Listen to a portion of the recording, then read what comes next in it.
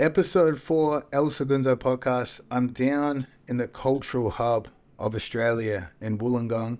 I'm here to train with Alex Volkanovski. Obviously, Joe Lopez is head coach down here. Freestyle have brought me in to help prepare for Yair Rodriguez because obviously I am a yellow belt in Taekwondo, and that's something they're going to very much so need against Yair Rodriguez, who has a Taekwondo background. So obviously, I was useful for Islam, given I'm a Dagestani wrestler when I shave the mustache. And again, yellow belt in Taekwondo. What more could you need to prepare for this fight? But yeah, we'll get into a good chat with Volks. We'll sort of talk about how me and him linked up, how we've sort of interacted with each other over the recent fights he's had, because time's flowing by. This will be the 5th fight camp. I've been in the 5th time in the corner. Again, something hilarious, because I've never cornered a regular UFC fight.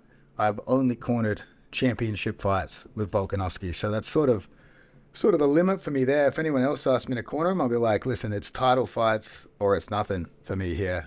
But again, yeah, super excited to chat to Volks. Hopefully you guys enjoy this, and this is gonna be a good introduction to his fight against Yair Rodriguez, and hopefully the rematch against Islam. Again, we've already proved it once, but we're gonna prove it twice. The Sambo is absolute bullshit.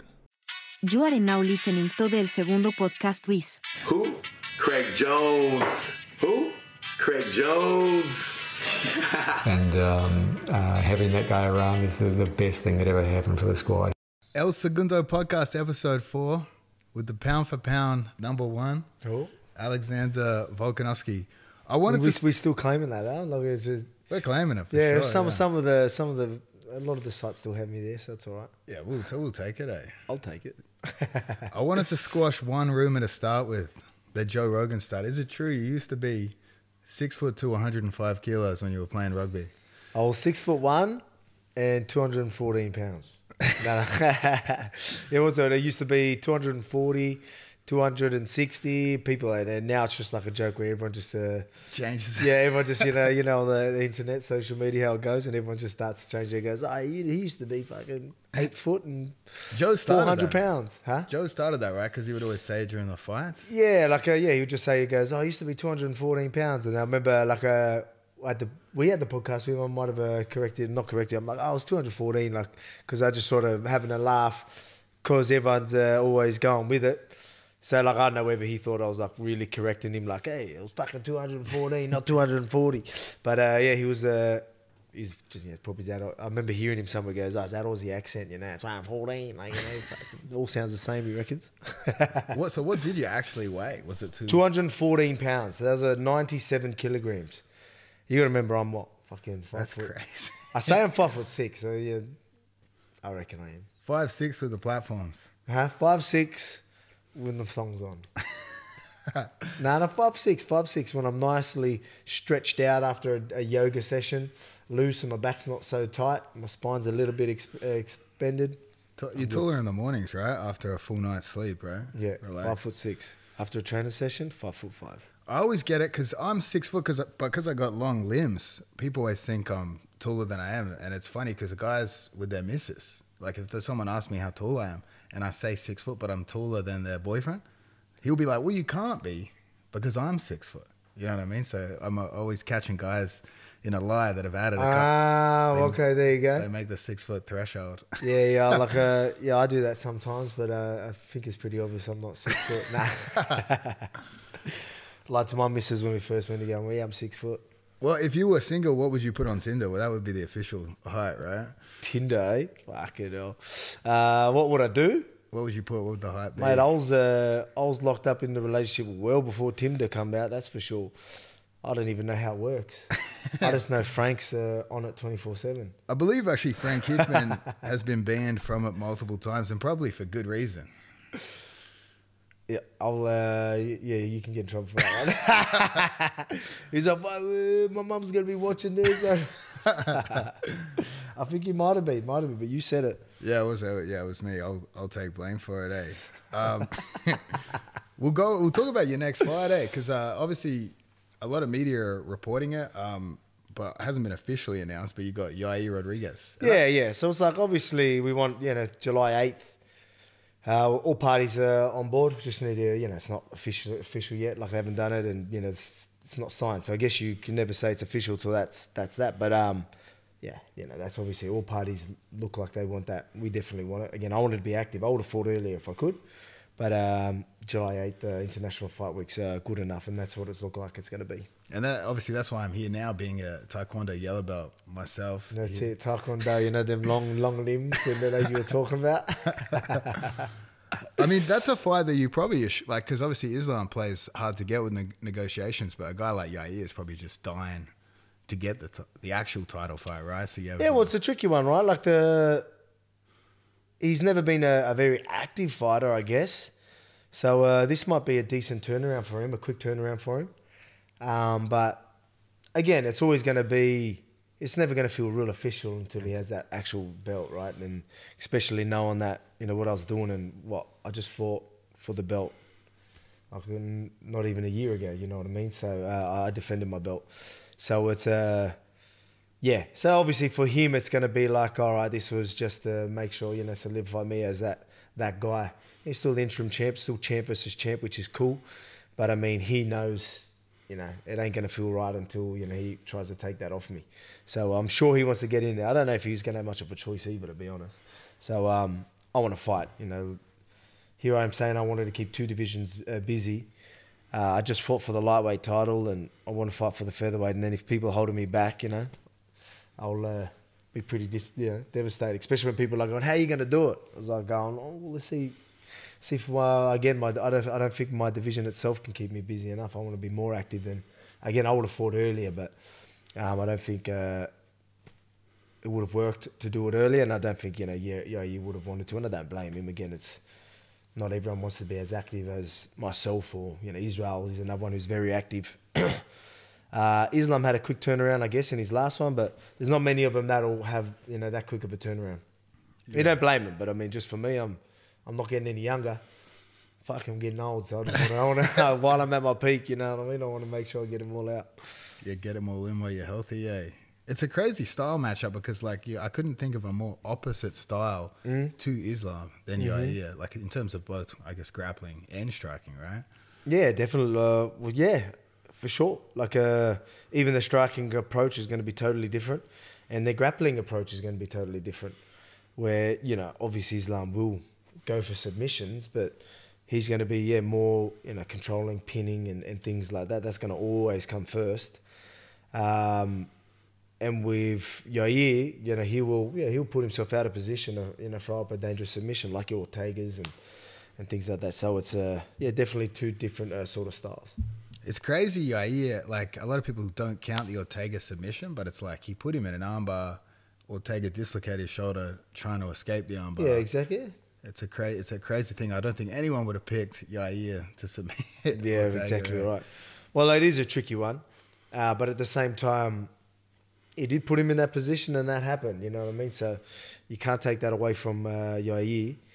But yeah, I don't know. Was there injuries? Was he already having problems with that shoulder or something? Well, yeah, probably would have been the case. Yeah, but it was like the way he landed in it.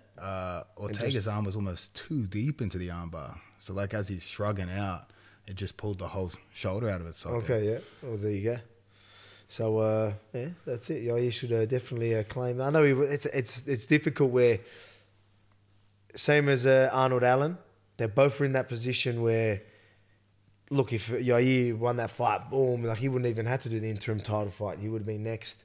But then that happened, so it made people be like, Arnold Allen, same with Calvin Kattar, where he hurt his leg.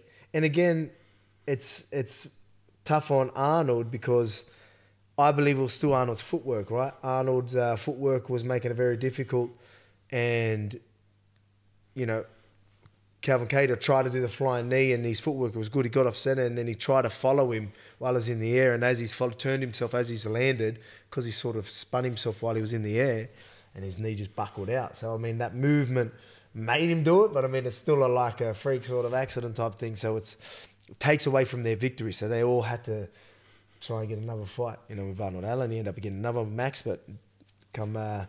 our second best didn't get it, but Yair got the interim, got the belt, and now that's what it's going to be next for us, so it's good. It's crazy, that Holloway-Arnold Allen fight. Like, every time Holloway fights now, I always have a feeling, I'm like, when is it when will the challenger overtake Holloway? You know, like he seems to be the wall there. It's weird. I was talking to Emilo yesterday, and we were saying, like, it's, you know, good for me as well, right? A lot of people are like, oh yeah, like it makes you look so good. I'm like, oh yeah, okay, it makes me look good because I always knew that it was still the same Max, but like I just made him look like that. Where a lot of people from our last fight thought that, oh, he's lost it. I was like, nah, it's not what it is. And he's shown that it's not. He's shown that he's still, you know, levels ahead of a lot of these guys. So that makes me look good in a sense, but at the same time, I want contenders. I want to be active. So if Arnold Allen was to win, you know, I could fight Yair and then whether that rematch with Islam or all right, so I'm not waiting, bang, I can just do that in the second fight. Then it's got the division in stale again. Stale, like a sort of, not stale, but it's got in a position where, all right, we still need to let it sort itself out. Obviously got Henry Cejudo and Aljo fighting. I guarantee you they're going to, you know, call me out for the featherweight title. So, you know, things like that. There's going to be some options. We've just got to see what's best. But obviously that rematch is something I want to do. And again, I probably could have waited. I was asked, do you want to wait? Do you want to fight? I'm like, well, I ain't. Because, you know, if I am going to wait for the rematch, it won't be till later in the year. Like, because, you know, he's not fighting anytime soon. I'm like, well, I don't want to wait. So that's why I decided to be like, all right, let's just do international. And as soon as that fight can happen, let's do it. So they definitely offered you the fight and said, but you just have to wait. Well, they said like, it wasn't a signed contract, but it was like, you know, what do you want to do? Do you want to wait for the fight? That's like the conversation. You know, what do you want to do? Do you want to, you know, do you want to wait for a rematch? But, you know, if that is the case, it's probably not going to be, you know. So it's just throwing out ideas. Do you want, you know, to do the Yair Rodriguez fight? Like, you know, what do you want? Do you want to wait a bit? Do you want to fight soon? Like, what do you want to do? And I'm like, I ain't waiting. So that's just sort of how that comes. So that was straight after the fight, pretty much. But yeah, again, I was just like, keep me active. When that fight comes, though, make sure you let me know because I'm fucking definitely keen. I feel so bad for it. It's so funny though. It's Dariush, hey? Like he just. Oh yeah, for sure. He lost his Charles Oliveira match. So when it says waiting, like you know, he goes because he's fighting soon. He goes and dominates. Oh, he could push ahead, right? Like you know what I mean, and. Remember, I still got a division, and I'm you know, again, I could wait, right? So whether it is definitely going to be me next, Darush wait, you know, I don't know, or Darush goes and fights, and I fight, you know, a little bit later, and you know, because I'm still going to have an option anyway. You know, it's hard to talk about because now I'm sort of making it as if I'm okay with Darush. Oh, yeah. No. But I mean, look, if Darush, like, I feel for him as well. He's in a position where he's winning. He takes out Charles Oliveira and, like, you know, mops the floor with him. Like, you know, he's definitely going to be up there as well. Like, he shouldn't have to fight again. But for me, you know, that rematch has to happen. And I can't see, I still can't see anyone beating Islam. So, you know, that fight's definitely going to happen anyway. So I can keep myself busy. You never know what happens anyway. I might get injured. I might fucking break my hand again. Fucking who knows, you know, they've got to have a little bit of time off and you never know. So we'll see what happens straight after the fight. UFC will come back to me. We'll tell them what we want. They'll tell us what they want.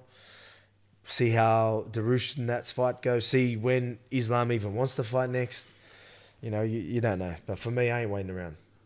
So what do you think? You mentioned the Aljo Cejudo one. Cejudo's a funny character because, like, as soon as I started training with you, anytime this guy would see me at a UFC event, he always talks to you, like, he comes up to me, like, playfully talking shit and stuff. Okay, yeah, like, he really wants to fight you, eh? Like, he pushed definitely, for a long time. Yeah, he does. Like, again, he's all about legacy and he wants the, you know, he already went for the double champ.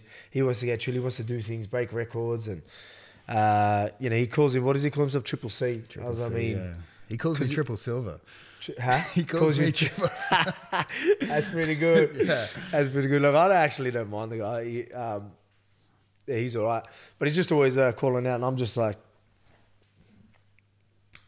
I just try and be real with it. I was like, oh man, I don't mind you. Like, but I mean, you're retired. You haven't, like, you know what I mean? Like, it's because he tried to. I mean, I think the UFC's taking it all serious now. He's taking it serious. He's fighting.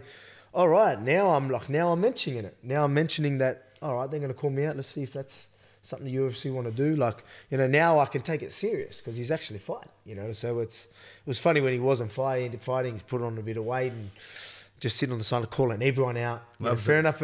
He definitely wants to fight me, but at the same time when he was doing that, he was calling out Sean O'Malley, Aljamain, Conor McGregor, like you name it. He was calling everybody out. So how serious can I take it?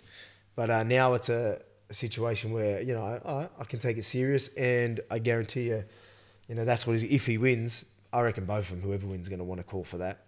But yeah, cool. Again, that's exciting. He's giving me options, and if people want to see it, UFC want it, let's do it, because I want to be active. So, you know, Henry Cejudo, a big win could make him a bit of a draw as well. Like, it's fun. He's going to talk his shit and do the cringe and all that. That'll be fun. So it's exciting. How do you think and Aljamain's actually big.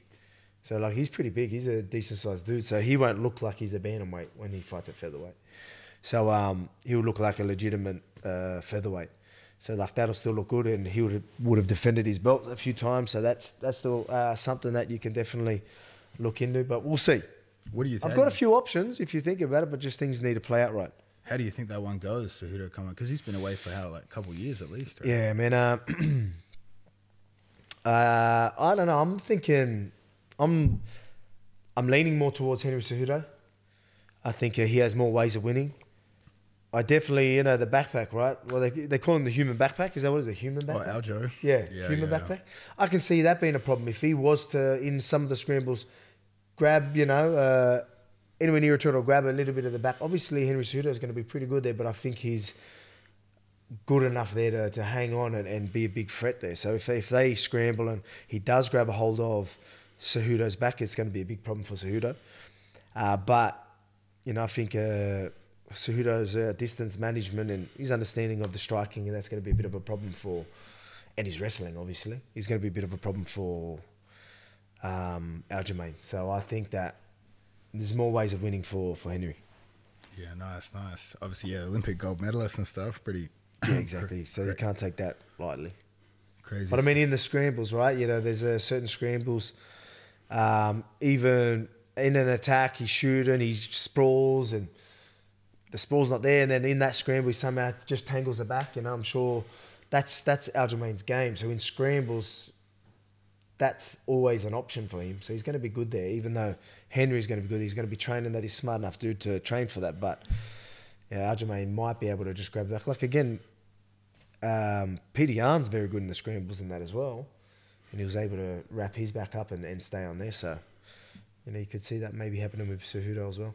Yeah, Aljo be a problem. Looks super strong. Like, I know because I used to train at Henzo's in New York, and he was out in Long Island, and he would train with, like, Jason Rao. And I remember the guys always talking to me about about Aljo being like, he's so strong. So it's like when I saw him with Peter Yan and stuff, yeah, he does look like significant strength advantage over some of those guys of that division. Yeah, like when he's got the grips on that as well, when he's exactly tied up. Like Sandhagen, he put him out real quick. Eh? Yeah, it was. That was a surprise. Like, again, if he gets there, it would be a problem. But getting there might be a little bit harder with someone like Cejudo, but you could still see it. I wanted to talk to you about how, like, because you've been with Joe forever, right? Mm-hmm. But Joe wasn't the first team. Did you train somewhere prior to Joe? Joe was the first gym I ever stepped foot in. And you started with wrestling, went to rugby. So I went, wrestling first. Then I played soccer first. Then I did a bit of wrestling. Then did rugby league. And then my last year of rugby league and like in pre-season, I was like, oh yeah, I'll do a bit of training and things like that. So that's when it happened. That first gym I ever went to was freestyle. Freestyle. With Joe. Was Joe as much of a character back then as he is today? I can't remember. I'm trying to think. I don't know. Obviously not with me because it was early then. So it was funny where like I used to see with his mate, like with his mates, like Spider, a couple of the boys that you would always see that. But then I started like jumping like with some Shane Coleman, some of the original guys that were at the gym, and I would see it. So he definitely was, but it wasn't with me. And then I would jump in on some of the jokes, and then they would be like, "Don't do it, like, don't get yourself in there," you know what I mean? Otherwise, that's it. And then it's funny now I say that because people want to jump in on the banter. I'm like, you don't want to start. Like, that's it. It's relentless from here, man. Like, it's funny. But yeah, man, I've been there from day one. Even though I've been to around and that as well. Like, you know, he's always come running around. I'm sure you wanted to give him a bit of shit. Oh yeah, I love giving Joe shit. It's funny. The guy I feel like he picks on the most is Lockjaw, and I remember Joe was telling me, he's like, Lockjaw's not allowed to speak in the gym. He's like, he's banned from speaking, and it's crazy because like obviously a lot of people sometimes can't handle a tough coach, but I feel like it's very important to keep that relationship. You know what I mean? Yeah, where the yeah, coach yeah. is the boss. You know, so it's like I love. Oh, it's definitely like that. We don't have a choice. Yeah, I've lost students before because I picked on them too much. You know what I mean? But I always try to pick on them in a good way. You know, like if they're being More of a lazy. funny. Oh, okay, all right. Like if a guy's being lazy, whatever. Like, So how would you approach that? Well, I mean, try to attack him for being lazy in a very sarcastic manner, but never like too direct. You know what I mean? Yeah. But some people can't even handle that. And I always think to myself, I'm like, shit, if you can't handle what I'm doing to you, imagine if Joe or Eugene was after these guys, they'd probably be crying. You know? Yeah, it's relentless. He could be relentless. It's funny because again, we know that like that's how it is. But that's, you go to the gym. It's you know, he might even ask you a question, you answer, and he'll tell you, shut up, you're not allowed to speak. And you're like, oh, fuck, all right. You wanted me to answer it, but all right, like, you know, I won't go there, you know, like, it's just, all right, boss, yes, sir, yes, sir, yes, sir. But yeah, like, he obviously, it's a lot of banter in that as well, so it's always still sort of playful, but yeah, sometimes you just got to, all right, the boss, like, we'll still have fun, but then other people try and get in it, and then Joe's like, he's done it, yeah. And like, don't, like, shut your mouth. And it's like different. I sometimes be like, you're not in this, you know, you're not ready for that yet. But yeah, it's funny. I love the uniform policy because I'm allowed to come in wearing outrageous clothes, short shorts, but like if anyone else does, they're literally banned from the gym. Love with like Lockjaw, I swear he wore the exact same shorts you wore, and Joe was into him, and like he's like not sure if he's taking it serious. He's like, I'm fucking serious. You bring that again, you're out. Right? Like I already told you. And he's like, we would have thought that, oh, you were just mucking around. He goes, no, I already told you. You do that again, you're out. I'm being serious. And I'm like, wait a second. I think you're serious. Like I'm sitting there laughing. And then I remember you coming in there with the exact same shorts. I just started laughing. But yeah. Yeah, that's part of the entertainment. You're more of a guest. So it's I think, you know, there's... You know, maybe it's a little bit different. I got the Joe privileges. You do have, yeah. So some people do get some Joe privileges. What Arlene, she does, Arlene Blanca. You, who else gets them? Frank doesn't. No, Frank cops it a bit. But there's a few people that yeah. And then you could see him start to like try and take it. I'm like, man, you're in the good books. I wouldn't do it. I wouldn't do it. But yeah.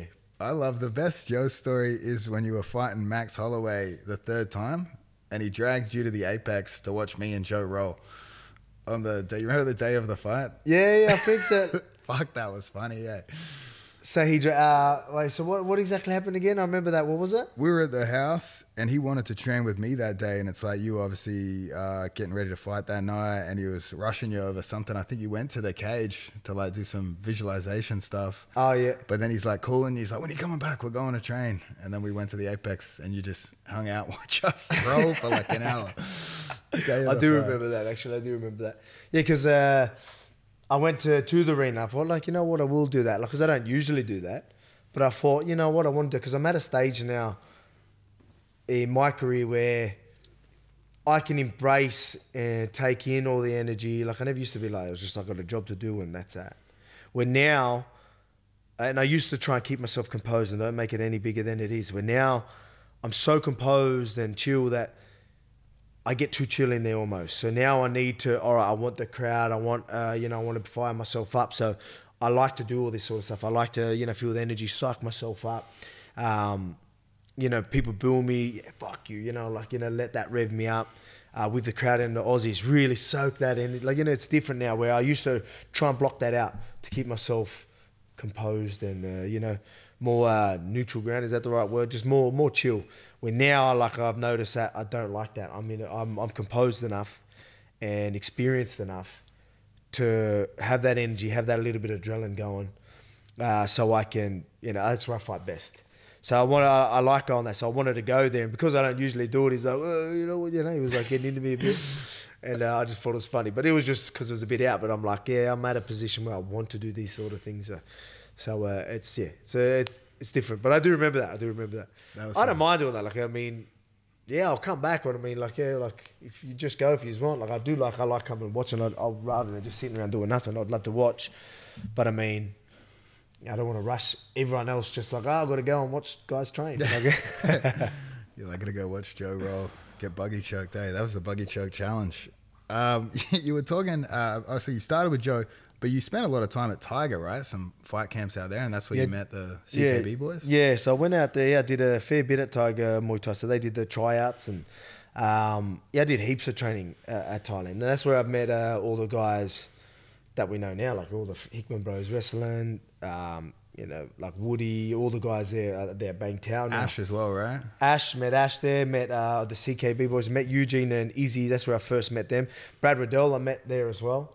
So he was a striking coach while I was doing a fair bit of training over there. So I'll do a fair bit with him. And I know they end up coming. Like, I don't know if Brad told them to come, and they just decided to come and did a bit of training there. So I met them there. They did a couple of sessions, and I really liked their style of training and striking, and how I've always been with, war work and maybe grappling and all that. And I've always liked to understand the mechanics and, things like that.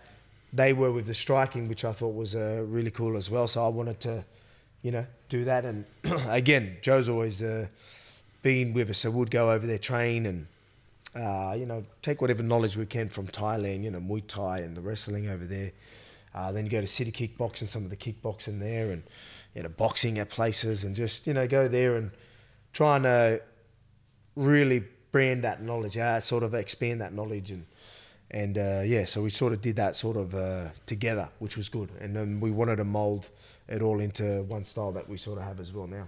Is that like, because you're very famous for obviously leg kicks, switching stances, and feints and stuff. Is that something you developed with everyone? Yeah, with everyone. Again, like CKB will do like a lot of that stuff. With the stance switching. You've seen the stance switching a lot now. The looks and fakes and real understanding. Look, I've always naturally did them, but I mean, probably the real understanding of them. I didn't get till I was like really broken down, you know what I mean? Because there's so many layers to it, rather than just, some people think you just throw a fake to draw a punch out of them to counter them and things like that. It goes so much more deeper than that. So it's, so it gave me a real understanding of it. So I'm always going to be very appreciative of that knowledge, because they gave me a real understanding of that. And again, I've made it sort of work for my style as well. Obviously I'm shorter and, I can't be your Izzy exactly. We can use very similar tools and same principles, but I've got to do things a little bit different. My body type's totally different. So, it's it's good. So you can really get an understanding of it and mold it into your style and into your own. And that's something that we've done, and it's worked very well for me. Yeah, I feel like you guys led the way with that, and now like everyone tries to do it. Like, it's interesting, like in MMA, just like in jiu-jitsu, someone will start hitting a move that's sort of different to what everyone else is doing, and then you see like 1 year later, more people, 2 years later, it sort of becomes a part of the game. Well, where did the buggy choke come from? Because that started, that was a big trend for a while, right? The buggy's been around, I think, for over 10 years, but it's one of those things where it's like, until someone legit does it, everyone just discounts it. So I think it came back in a big way. PJ Barch versus Cade Rotolo at EBI. So like up until that point, everyone was like, oh, it's kind of a joke. Okay, you know what I mean? But it's a joke that you're like, you definitely don't want to get hit with that. Yeah. But then Cade was able to hit PJ with it, and it sort of blew it up a bit. But it was around, but again, until someone... So it was a move, but I mean, it wasn't... People wouldn't really use that, and like, they would like, you're not going to sacrifice, say, an arm triangle to go for, because they probably didn't think it was that effective. Yeah. But now they realize, oh shit, this is effective. And then you started seeing it everywhere. Everywhere, yeah. Like J-Rob was able to win ADCC trials with it. But again, it's still a weird move, because it's still like, I won't say it's low percentage, but it's high risk. So you probably have things in striking like that where it's like, it's unorthodox. It works because it's unorthodox, but it's still a high risk. I don't know, maybe spinning back kicks or something like that. Exactly, you mess it up. Yeah, exactly right. Like it's dangerous. It's unpredictable. And it's might be a harder kick to read, so it can catch you off guard. Yet you could put yourself out of position at the same time. you know, unless you're like an absolute expert at it.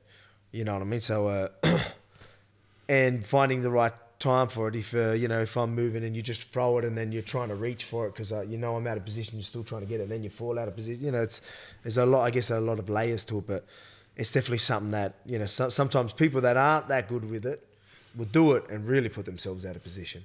But I mean, we've got Carl Van Roon, you know what I mean? Like, he can do it and be so balanced and do it, stop it right at your face, and then still bridge back out of range so you won't fall into very, you know, unorthodox sort of, or not unorthodox, it won't what position? Well, bad positions anyway. You know, it won't be, he doesn't put himself in too many uncomfortable positions with them. Yeah, so it's like it's high risk the less experience you have for doing sure. the move. But talking about Carl, right? So you were telling me like he's the best taekwondo guy in the world, right? And he's from New Zealand. Yeah, he's from New Zealand, like 11-time world champion taekwondo. You know what I mean? Which is pretty crazy. And you only have to watch him do his thing. Like, look it up, or even you know, we're gonna have a couple of videos up anyway, so you'll get to see some of the stuff. We're lucky enough to teach a couple of the sessions, but I'm obviously doing a bit of movement around with him for the Yair fight.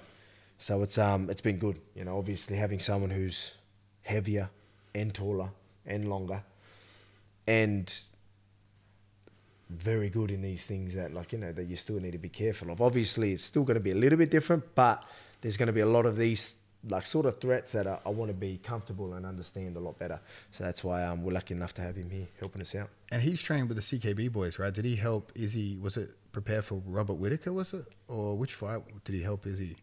I couldn't tell. Like, he's been there a bit. Like, so he's going to be a body, especially for the, you know, you can get your Taekwondo karate sort of based, and he's always good, like a rangy sort of fighters. But he's been there. He's actually trained there. But he's obviously got his own school, Van Roon Martial Arts, so Taekwondo. But yeah, he goes and does a bit of MMA. He's actually had MMA fights and that. So he's got understanding of MMA, which is good. That's something that I like. You know, you're going to get people that are specialists, but won't take into consideration of other things.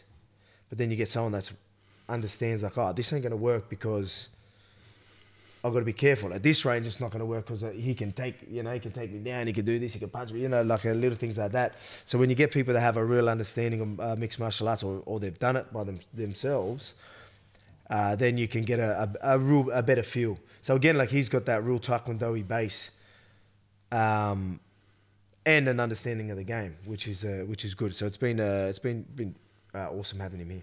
Yeah, it's crazy because like I attacked Sambo in the last fight, and I really wanted to attack Taekwondo, but he's such a nice guy. Okay, I feel guilty about it. That's what I was funny. I was talking to him. He's like, I go, you know about the whole Taekwondo? He's fake. He's funny. Well, he was okay with it. I go, you get it right. Like, it was a Sambo, he's fake, and now, like, obviously, Yair's Taekwondo, he's like, you know.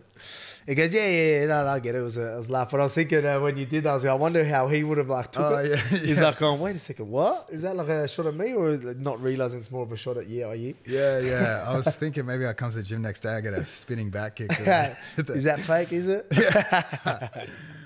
No, that's funny. Yeah, that is cool. Watching Carl spar is like crazy. I watch a martial arts movie or something. Hey. Yeah, man, it is like that.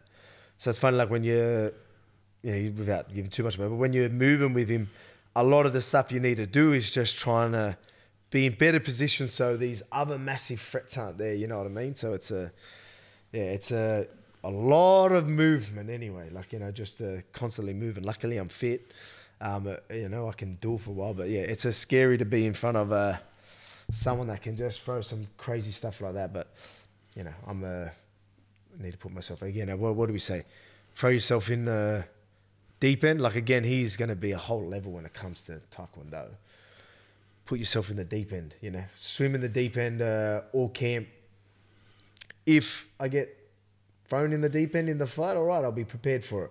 If I have to swim in the shallow end or fight in the shallow end, well, sweet, even easier. But I'm prepared for a Carl Van Roon and a Craig Jones on the ground. You know what I mean? Like, that's what I mean. Here I got you putting me in. Yeah, it's just, it's crazy. So I got you putting me in these crazy submissions and got him doing, you know what I mean? And look, it's funny, I was talking about it.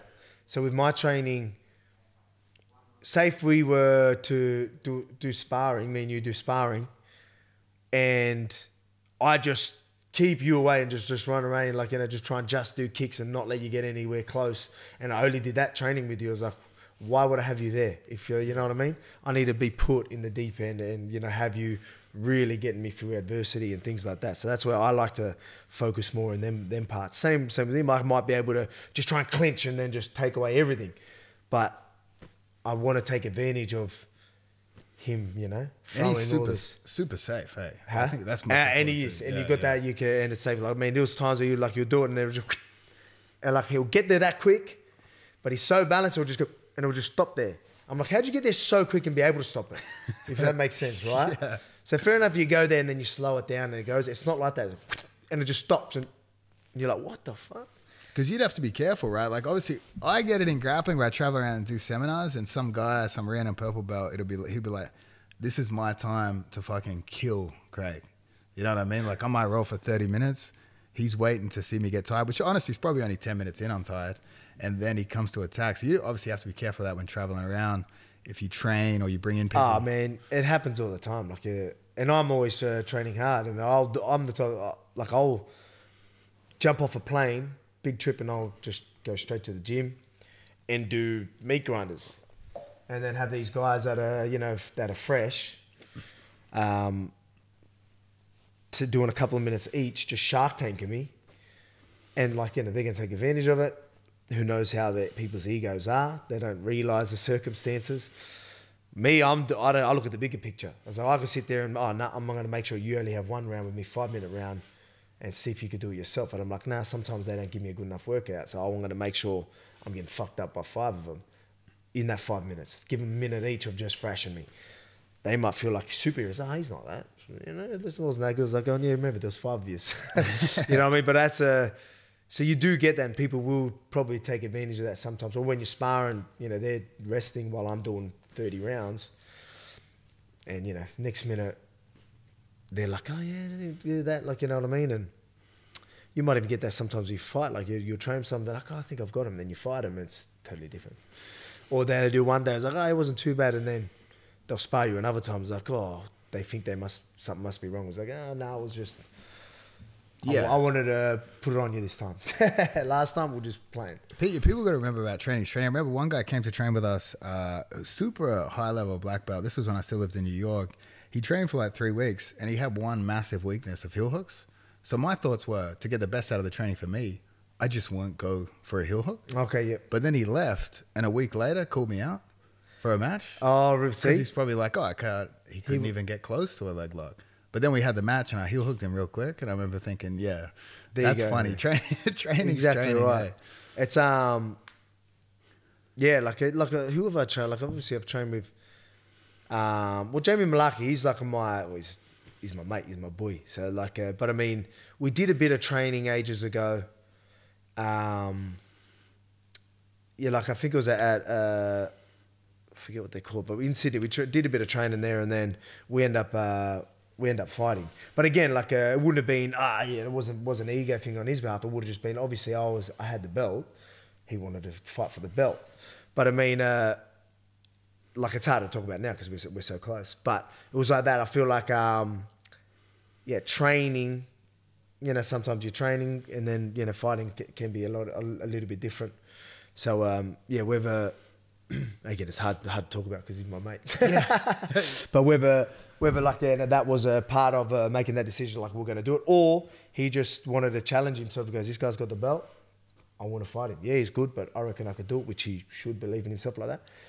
But yeah, so I had that fight with him. But that's I think that might be the only one. But I mean, I've had other times where I train with people, and then you sort of take it easy, and then you'll sort of feel that they're like, they gloat on. You might even hear them like say things, or actually I was like, I might have to put them in line next time a little bit.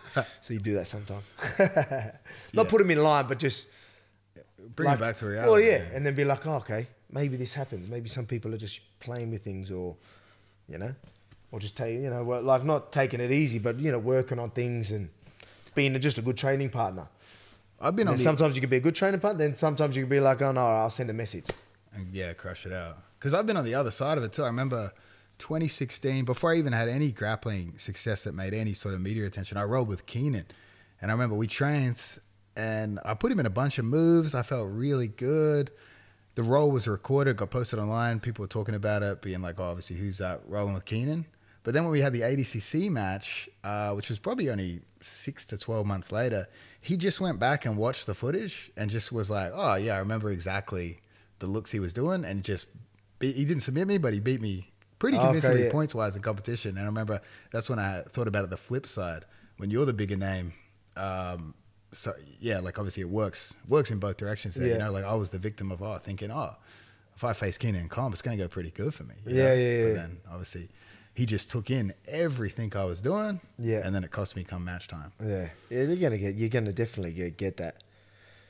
It's like same with you as well. When we're doing some of these things, again, you're not going to just go and use, like in certain positions you might use strength, but I mean submissions and that you're gonna want to let me work a little bit as well.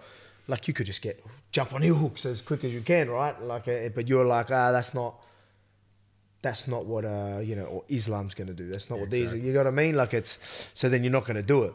So I might be like, all right. I might be happy with things that I was doing, but I'm still knowing that if it was everything, it's a different story. But I'm looking at the bigger picture. I'm like, he was doing what he thought, and I felt comfortable in this, and I'm going to work on it. You know what I mean? Like I'll weigh all them options, not all them sort of things. I'll weigh them up, and then I'll get that's when I'll be like, oh, yeah, that was good. I won't sit there and be like, oh yeah, Craig couldn't submit me that round. I'm like, if he really wanted to, I'm sure he could have. But like, exactly right. I know exactly what you mean. But I mean, that happens all the time. Like I do that as well. Like I'll spar and people go there and then, like I'm pulling my punches. So because I'm pulling the punches, they just punch over them and not respecting them. Yeah. Then you end up being like, okay. I guarantee you won't punch after these few. Boom, boom, boom. They don't punch after that. You know what I mean? Or they won't, they're going to respect it. They're going to be like, okay, maybe I won't, or maybe like, because I'll stop it. He's like, oh, he's pulling short. I mean, I'm making him miss. So no, I'm stopping it. You know what I mean? Like, and then I'll be like, okay, I'll let you realize that I'm in range and I would fuck you up if I wanted to, without being a dick about it. But then I'll you sometimes just got to do that a little bit. I swear I'm more aggressive now than I used to be. Oh, really? I used to be real chill. I wouldn't get angry sparring. Like maybe if I got a little angry, I wouldn't get angry, but I'll pick up the pace and put a lot of pressure and crumble them with pressure. But I feel now I'll put people in line where I end up like hitting a bit harder in that. Like I'll do that. I never used to sort of be like that, but now I'll be like, all right, I'm going to put them in line a little bit. Sorry. And then I'll be like, sorry, as I knew I did that. Sometimes technique goes out the window and just goes power, which I end up getting angry at myself that it gets to that stage as well. Because I'm like, not only you started sparring a little bit sillier and you could have hurt someone, you could have, you sparred shit because of that anyway. Look at the opportunities you left open. You still got hit too many times because you were trying to knock a guy's head off. I wouldn't say knock a guy's head off, but you just got a little bit too carried away. But yeah. I won't say his name because of the context of the story, but I remember a guy, he does fight in the UFC, telling me one time, like, and he's done this a few times, like a guy, he was rolling with a guy and he had a UFC fight coming up and the guy was going crazy. I think he was even at a seminar and he's like, hey, slow down. This is your only warning. And the guy went hard again, so he just heel hooked and broke his leg. Before his fight? Yeah. He said the guy was massive, going crazy, and I was just like, I can see why you would do that, but that's fucking savage. I'd be worried about getting a lawsuit or something, eh? I mean, I don't figure, surely you couldn't win a lawsuit for that, could you? I mean, well, they just had the case recently where the guy got his neck broken or back broken by his coach, yeah. So I'd be worried. I mean, at a coach in some, but I mean, it is a seminar, so it is sort of. Sometimes they don't sign the waiver if you're visiting the seminar school. You know what I mean? That scares me as well. Oh, okay. When people don't. Yeah, you know what I mean? Like, imagine if you train at a gym, you'll sign the waiver. Oh, so there's a waiver saying like, if you get fucked up, that's on you. That's on you. Yeah. Fair enough. But it could obviously still be torn down. It's like if there was a bad enough act, a lawyer's going to be able to get the waiver tossed out. So I remember the worst thing I did at a seminar. I was showing a guy how to finish a heel hook. So two guys are doing a heel hook on the ground. This is in New Orleans. And he puts the guy on the heel hook, and I'm trying to show him how to finish it. So I move the guy's elbow, and the other guy's leg just breaks. And I was like, oh no. The guy must have had a pre-existing injury or something, because I moved in an inch. I was like, nah, face this direction. Knee explodes. Oh. I was like, fuck, that's probably the worst thing that could... I remember actually the first time I ever did some training with you, it was at Absolute, and you were going over some leg locks with us. And you were putting us in the position, you're like, hold, and I mean, like, I've never really been put in them positions at that stage. So you're doing that, and like, there's a fear there, and I'm like feeling like, you know, like, I'm like, oh, I was freaking out the whole time. You probably got good control now, but for me, I wasn't there enough to know that, hey, I'm sweetie. Or like, you know, I can, you know, I think I was like probably trying to stiff it to control it, which probably made it, you know, maybe if I just let it go because you weren't squeezing as much, I probably could have went with it a bit, but I was like locking myself in, which probably, you know, was probably, you know, just little things like that. I would have been doing the wrong thing because I wasn't aware. I remember shitting myself. One thing I know you're going to want to ask me some stuff like, we've been having a little laugh where he's like, going, I'm going to get you in trouble. We've got some things to say.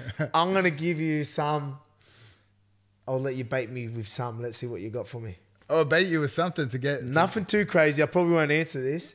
Oh. I know you want to go there though, but I'll put you on the spot. Maybe just keep going and then you might now you know you got the green light. You give me a free pass now. I'm still trying to think what I can... You watch me just sit on the fence and shit myself. what I can talk about. I have to think of something. I pushed them all out because I was like, I don't want to get boxed. No, I won't do that. I'm in his house, you know. I mean, that's why I like invited you to the house. Like, maybe if he's in the house, he won't be like, oh, yeah, there's a house vibe. Me, I might not share too many crazy stories because I'm in my house as well. Like, I might not get carried away. Yeah, we'll stay away from the footy Volks stories. Footy Volks stories, yeah. No, the world don't need to know the footy Volks stories. The Louis belt, they don't need to know about the Louis belt stories. Yeah, guys, if you see Volks in public, definitely ask about his Louis belt. Yo, I wanted to ask you about your cardio, because terrible cardio, terrible conditioning, right? Mm-hmm. But you're probably, maybe if not the best conditioning in MMA. Mm-hmm. Have you always done the crazy conditioning workouts? Yeah, where does it? I mean, there must be a few layers to it. I mean, even the gym, like that's sort of our style at the gym as well. Freestyle will always be in there. But I mean, I've always had something in me. Even when I played football, like I would always just be able to just, you know. A good example is whenever we had the ball on our try line, on ours, like getting the ball out. No one usually wants the ball then. Give me the fucking ball, get us out of here. Like that was my mentality. Give it to me, I'll get us out of here. Someone go push someone out. Give it to me, I'll get us out of here. It wasn't for me to hog it. It was me to, I need to do it. I know I want to do it and I want to do it and I want to help the team. Let's fucking, you know what I mean? Like that's just how I've always been. I used to do a heap of hit-ups in the set. So I've always had that mentality, I guess, in me. But then going to the gym, which worked perfectly for me, for who I am, and with Joe, and then just fighting in positions like what you would do, like, you know, you'll drill in position, go live from certain positions. We've always done that, and like, mate, some of the workouts that you know how we do the meat grinders and that. Oh yeah. Like, so we'll do that. I remember once Joe, I think I talked back to him once. He made me do 25 minutes straight. So that, you know, that 5-minute round one, 25 minutes straight. Did you puke or anything after? I didn't puke. I got through it, but I mean, like, I remember 5 minutes went, I could tell I was over the 5 minutes. I'm like, okay, he's teaching me a lesson. All right, we'll go 10 minutes. 10 minutes ago, I was like, don't say nothing. All right, it might be 15 minutes. He kept going. And then, like, by 18 minutes or 20 minutes, I'm like, are you fucking serious? I'm fucking while I'm still fighting. Like, are you serious? Like, 25 minutes straight of just 30 seconds, like 5 people going 30 seconds each of me. Just going like that, rotating through it every 30 seconds and just fucking mauling me for 25 minutes. I remember doing that, and then like, there was times I'd do that with ground meat grinders, the one that you've done. So I did that one and then do the meat grinder straight after. Like, we used to do some crazy workouts like that. So like, we'll do that, which I'm always going to be thankful for, because at the end of the day, you know, a lot of people want to go to, and some people might disagree with this, they want to go to the science of everything. You know what I mean? They're always going to sit there and be like, oh, you can do this. At the end of the day, you're going to need to go through hell sometimes to deal with hell when you're there. You know, a lot of people are going to do this and like, oh, yeah, it's like going, yeah, okay, that's going to work well in these sort of, in these conditions. But I mean, in the fight, stress levels are there, adrenaline. It's an absolute war, firefight. You know what I mean? Like nothing's controlled. There's so much more happening there.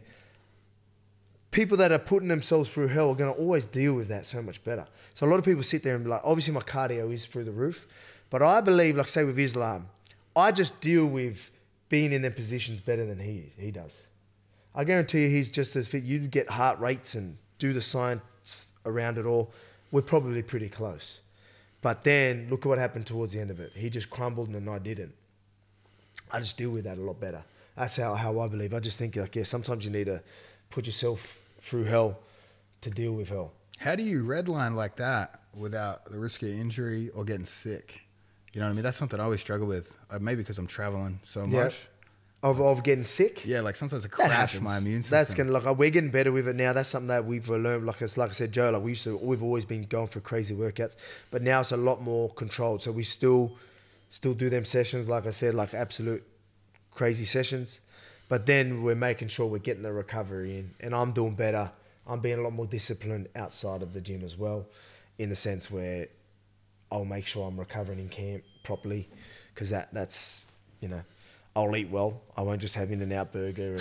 And In-N-Out's pretty healthy, right? It is actually. It's not too bad. Calories are calories, man. You know, if you can eat it, it's okay. I was pretty much just taking the piss because that's not too bad anyway. But recovery, I noticed that, you know, making sure I'm getting proper rest in between, just so I can go that little bit better. Because if I'm not, yeah, I'll get through the sessions, but then like, you know, that's what I noticed. Like, you know, you don't want to be able to go through a whole session or a whole fight and be good at 80%. You want to be able to go to 100 and, you know what I mean? And so these sessions, you want to go in 100% so you can give 100%.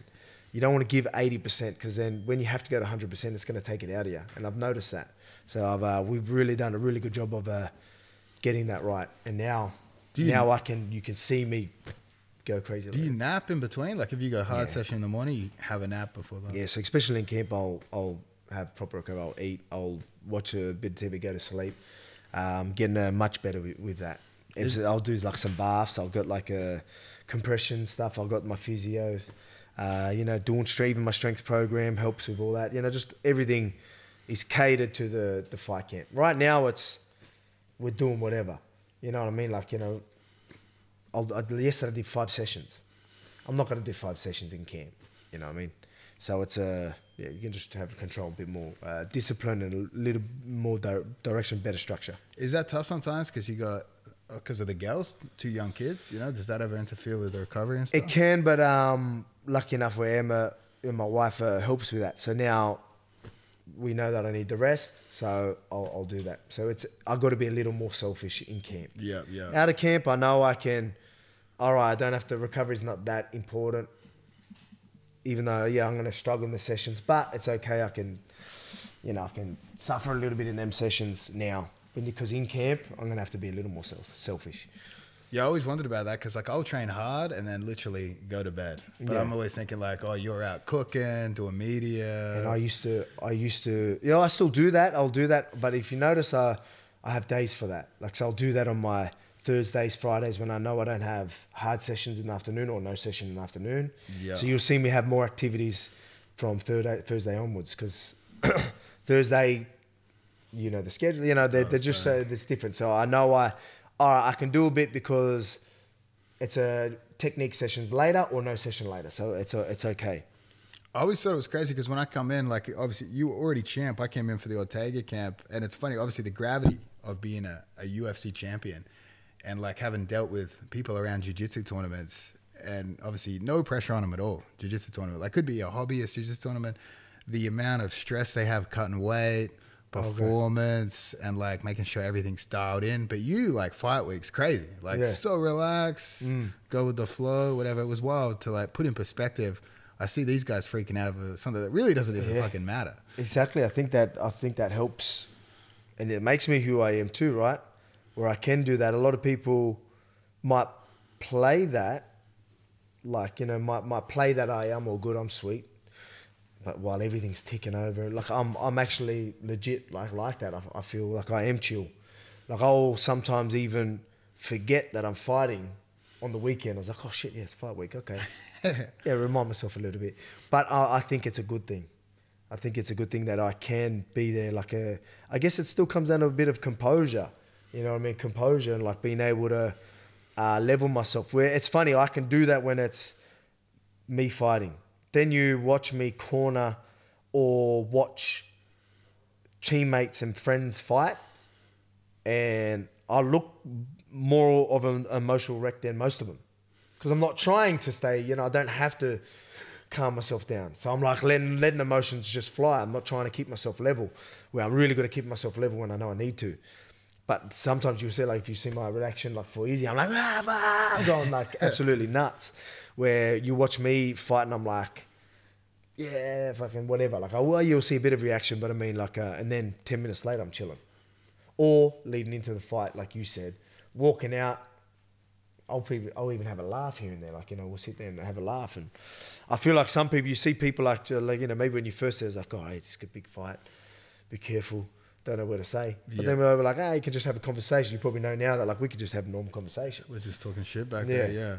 It's crazy that for corner in MMA, like, first fight I ever cornered was Ultimate Fighter. And I remember not even thinking about how serious it is until I did. I remember thinking, holy shit, like, if I give this guy the wrong advice, like, jiu-jitsu, what's the worst guy? He gets submitted.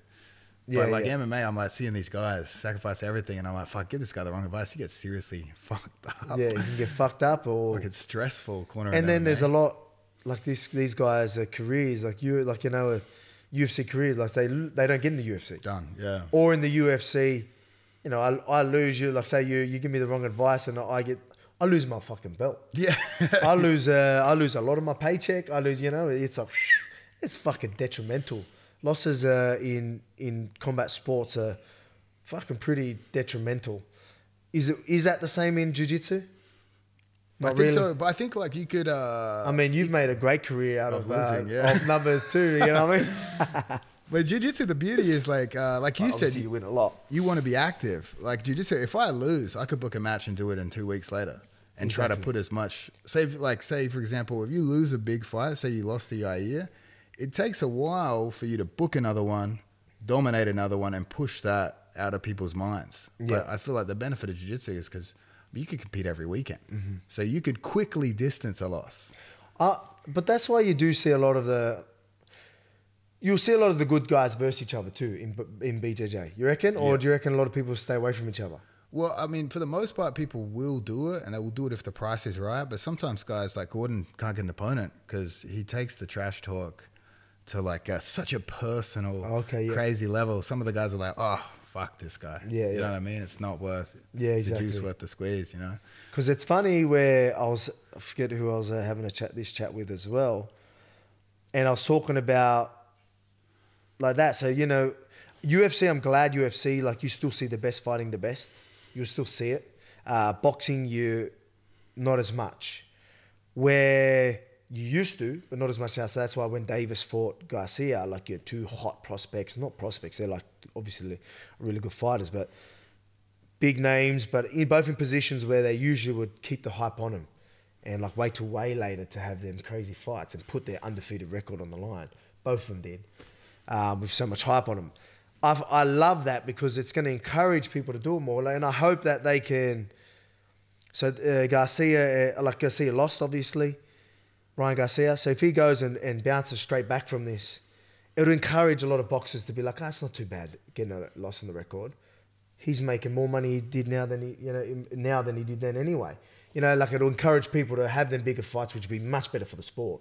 And that's why you're seeing a lot in jiu-jitsu. A lot of the good guys are fighting each other. A lot of the big names, and then you've got your ADCCs where, like, if you want to be in it, like, you have to, right? Whoever's there, right? Like, that's that. And which is great, and I think it's really good for the sport. MMA, I think that's what's good about UFC as well. You're always going to get, I think, you're going to see, you still get people trying to protect it, but UFC won't let that happen as much as well. Me, I'll take on any fucking challenge. So I'm probably a different story in the case, but you will get champions that will maybe not try and challenge themselves as much, but sometimes they're not going to really have a choice. They might get, you know, the UFC are going to be like, nah, that's not how we roll, or like, you know, stop dodging that. But where they're going to be like, all right, if the price is right. But sometimes it doesn't happen, but then next minute people are out of, so it can get messy sometimes, but you still see it a lot. Sometimes it's funny, like with like Leon Edwards, like him saying Colby doesn't deserve it. Like there's a pretty good argument for that, but like he basically has to do it. You know what I mean? Like they're still gonna make him take it because it's a big money. They would love Colby to be champ, I would assume. And boxing, the person that's promoting Leon is his promoter. Yep. So these guys are, you know what I mean? This promoter's just all pro Leon, and this promoter's all pro Colby, and they got to try and work out a deal. Everyone thinks they're the A side. Yeah. No, doesn't happen. So like with this case, it's like, oh, I don't want to do it. It's like, oh, well, sorry, mate. Yeah, you're fucked. It's like, all right, that will help with negotiations. Those are all all right. Well, let's do this, and it might be there, but I mean to an extent. You know what? We will finish on something controversial. Oh fuck! Here we go. You found something. I wanted to talk about the time you just recklessly broke Colby's back. Oh fucking! Here we go. Oh, it's controversial because I ain't gonna blame myself. I just did what I was meant to do. You can ask Colby this as well. So I'm not going to mention any names, but my coach, the drill was, it's a shooting drill. So you stand up and one's got to shoot as he goes in, and then like, you know, sprawl, boom, get up, shoot. So it was just, that's the drill. Just shoot and sprawl. So I've like, all I've done is done exactly that, but he's sprawled too early and I've just shot. So because he sprawled too early, because it probably would have been thinking it was might have ended up being a timing thing, right? And he's just went too early, and then I've shot, and he's just went like that, and then I've landed on his shoulder, and he's just been flexed while he's hipped, and he's just scorpion straight back. Like another move. Hey? Similar injury that would be caused by another move that you like to go for as well. The Boston Crab? Yeah. The Boston Crab, yeah, like that similar sort of a flex like that. So that's exactly what happened. So he's went like, oh, and then like, you know, and again, we had to commit. It was a committing shot. You know what I mean? Like, it's not one where, like, you know, if I didn't shoot hard, my coach would fucking get at me. So, like, I'm just doing what I'm doing. If I don't, I'm going to get I'm going to get abused. That's the power of the double, Volks double. Yeah, well, that's exactly right. Before, you know what I mean? It's like, you know, it's funny, like, because obviously injury, I get blamed a lot for injuries. But, I mean, I'm just, like a lot of times it'll be me standing my ground or I'm going one way, they try and stop it. And sometimes, what is it, the unstoppable force or immovable? Yeah. You know what I mean? Like, you know, I'll sit like, I'm talking myself up now. But like, you know, I'm sitting there like, I'll get blamed for, I'm like, wait a second, I just turned him, he tried to stop and his leg gave out. Like while I was, you know what I mean? Like, what do I do about that? You are known. Do I take away, all right, I'll take... You know, especially when I'm wrestling in that. If I go there and I'm turning, they try and stand their ground, and I just go straight through their knee just gives out because, you know, like, what? Oh, yeah, is it really my fault? You sound like Husma Palhares, you know? Colby's way too tough for his own good. He's too tough for 100%. He's psychotic. I don't know what. He's got this fire in him where like he'll be in a choke. He's every time I roll with him, he's almost unconscious for most of the round every time. 100%. I don't know how he does it. I'm the opposite to that style, you know? Like, you get a little bit I of mean, something. it's good to do that within reason, right? So he'll do it like that, like, and for you, like, you know, knowing that I might still get out, right? But, I mean, you're not out. Now you're just fighting this position. In training, again, if you started getting out and he was just hanging on, I was like, all right, I can get the hips out and then I will survive to eventually get out. Okay, but if you're there, like you got locks in, body lock, you're on this choke and I'm just sitting there like this for fucking 2 minutes straight. Like literally, you see his eyes fucking bulging out of his head red. You know what I mean? Like, maybe he's into it. It's Maybe different. He's a bit like Michael Hutchins or something. You know? Was it like remember the NXS guy? Yeah.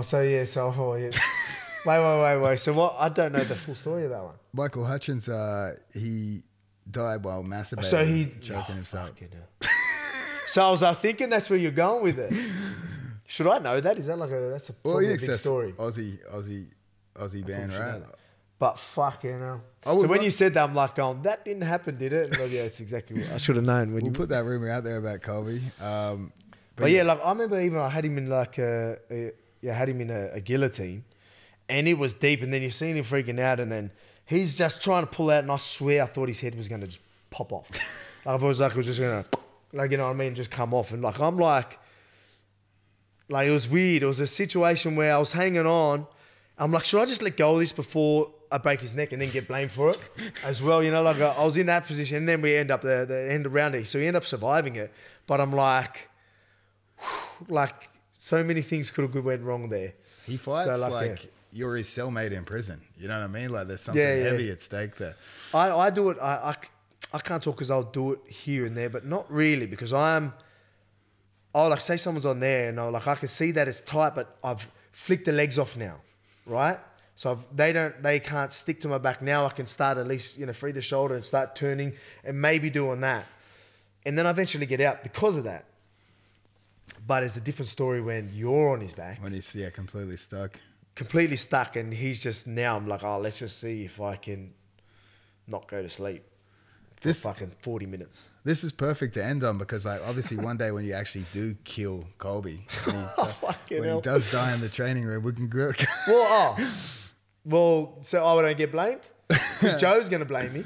Joe for sure would. Fuck, listen, here we are talking about my But yeah, you're right. So again, like, it's happened a few times. It's funny with me and Brad. Like I know you wanted to finish there, but me and Brad, because we're both like, he's tough as nails, man. And he's a brick as well. So we're he injured Colby as well. We injure each other a lot too. Like there's been times where they go there and like his knee will go or cut each other because we're just just like two brick walls running at each other. Was he the one that broke your rib before a fight? Yeah. So he again, like, and I don't blame him. Everyone's going to blame him. It's different because it was a couple of days out from the fight. So I had him in omoplata and I've just pulled him forward and then he's just like sort of pulled me back. So if it was any other day, like if we're just grappling, it would be, we're grappling. I'm not going to let you just fucking omoplata me. Yeah. But like we're drilling and then like as I pulled him down, he's just pulled me back and it's just ripped me like that. Like, but I mean, again, it wasn't much in it. He was just trying to posture back up.